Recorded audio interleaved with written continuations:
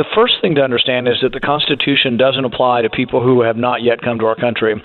So if you want to be an immigrant into our country, the Constitution doesn't apply to you, and we have every right to make any immigration law we want. Now, a lot of us have the sensibility, myself included, that it shouldn't be based on religion who is admitted to the country.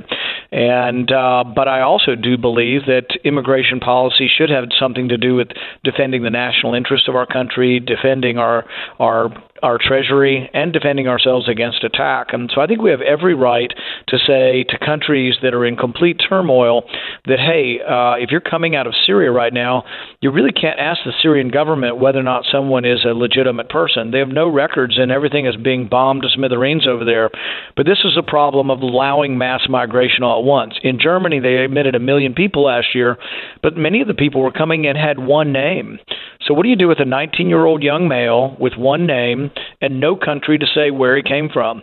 And some of them are coming from Afghanistan, Pakistan. They're coming from all these far-flung places.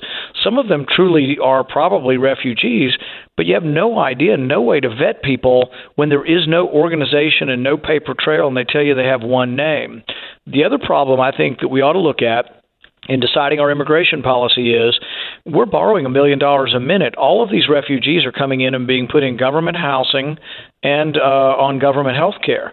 You know, we have a lot of people in my state in Kentucky who are poor and who are struggling. We barely have enough money and maybe don't have enough money to take care of all of our own poor. So can we import the poor people from around the world and say we're going to pay for them as well? When most of our ancestors came here, they came here and were expected to work. You know, the progressives like to point to the Statue of Liberty. It says, give me your poor and your huddled masses. Yeah, we welcome the poor and the huddled masses. My ancestors were those poor huddled masses, but they came with a sponsor and they were expected to work. If they did not work or if they were even ill, they were sent back. They were not admitted to the country unless they were healthy enough to work and willing to work, and no one was going to provide them with government assistance.